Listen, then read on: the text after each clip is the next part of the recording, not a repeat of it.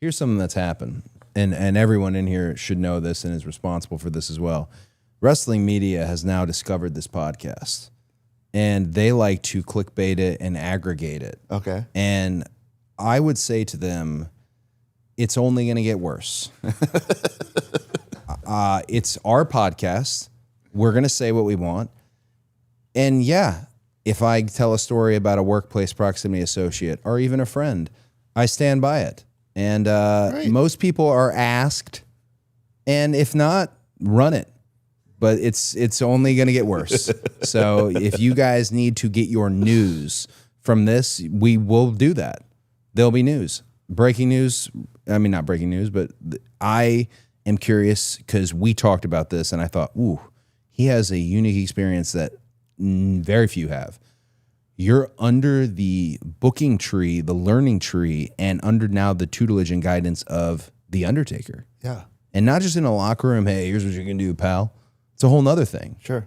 How has that affected you as a performer, as a wrestler? Talking about commercial, talking about artistic, how has that affected you? So as far as Undertaker goes, I think he gets the credit for pulling something out of me that a number of people have tried to over the years and just haven't been able to. And for whatever reason, he was.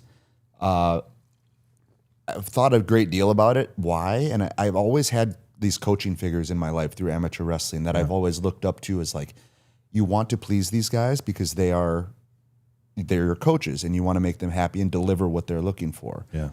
And he was a guy that I think for a long time, I never was giving him what he wanted. And it was frustrating the hell out of me. Like, I'm a guy that needs that progress. I need to see progress. And I wasn't getting it with him. It's like, man, I'm not giving him what he needs.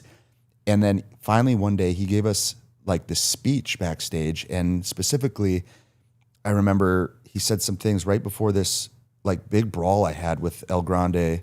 I remember. Ringside. Another moment that everyone was watching. He lit a fire under me and something just clicked. And he just turned me into Greco-Roman wrestler mode for those 3-5 minutes, whatever it was ringside. I lost myself. I was just in the moment like I'd never been. And when I got done with that and the dust settled and cleared, I was like, I get it. I see what he meant. I see what he's been talking about. And I looked at him and told him that afterwards. I almost wanted to apologize for like not understanding it up to that point because then it seems so easy. And once you finally get it and it clicks. But man, he had a breakthrough for me. I want to kind of like extrapolate on this because I'm asking you and I'm asking me. It's almost just you said it clicked and you got it. Mm-hmm. I think maybe the secret, this is me saying I think and maybe, the secret to pro wrestling is this is going to sound wild, it's real. And I, a slow learner, didn't understand it fully until I got into what I would say is the upper card and the battle on screen, the battle backstage, the classic line of they're going to earn it. He's going to earn it. I'm going to make him earn it.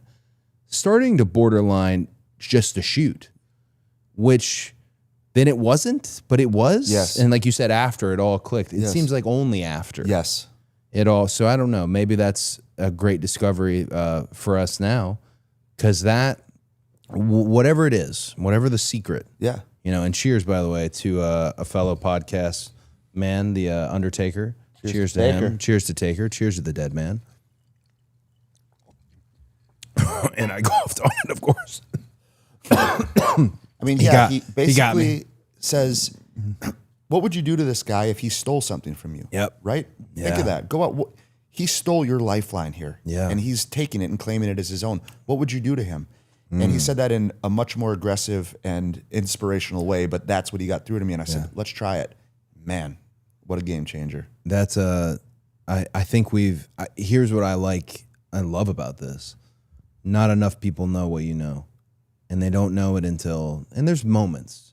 I remember Randy telling me one time, I was in Sacramento and I was turning on Rey Mysterio, and that was the beginning of a WrestleMania story, and I was taking his mask off.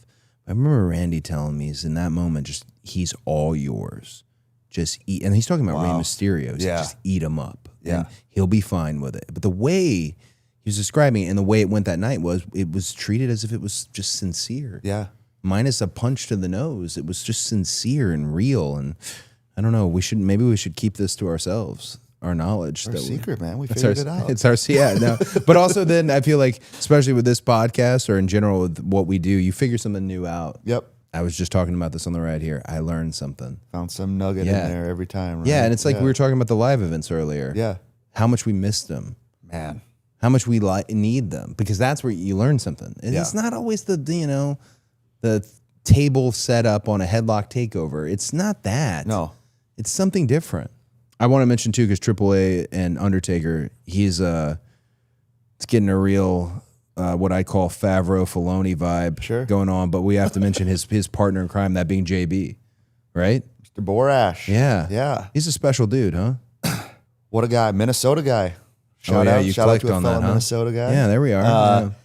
What a pleasure to work with. Just a genius, creatively, kind of inspiring to listen to him talk about ideas that not only he has, but that he's willing and open to collaborate with us on to a degree that I just haven't ever experienced. You know, it's really great. I feel like the whole thing was just a conglomerate effort with all of us, and he's open to everything. Yeah. Very open to communication. So just nothing but good things to say about him. He's been a pleasure to work with, man. It's awesome. You mentioned head coaching, Undertaker being this coach, and you've inspired, coaching figures. Any others you want to bring up? I asked because I was thinking in my mind, I go, who are the coaches that have really guided me? I had a guy named Steve Day, who's a big part of it, and Triple H has become part of it in more recent times. Yeah. There's nothing like a good guide, a good coach. Yeah. Who else is on there for you? I mean, in terms of life, my first high-level Greco-Roman coach, his name was Ivan Ivanov. He's a Bulgarian, Eastern European, hard man. But he taught me essentially everything I know about shutting up and doing the work, and don't talk back and just grind it out until it's time. Yeah. And he was here trying to make a life for his family, and watching him do that while he was leading all of us just showed me that there's a certain level of work ethic that is required to do something really special in life. And I hadn't seen it yet or reached that level. He taught me that next level.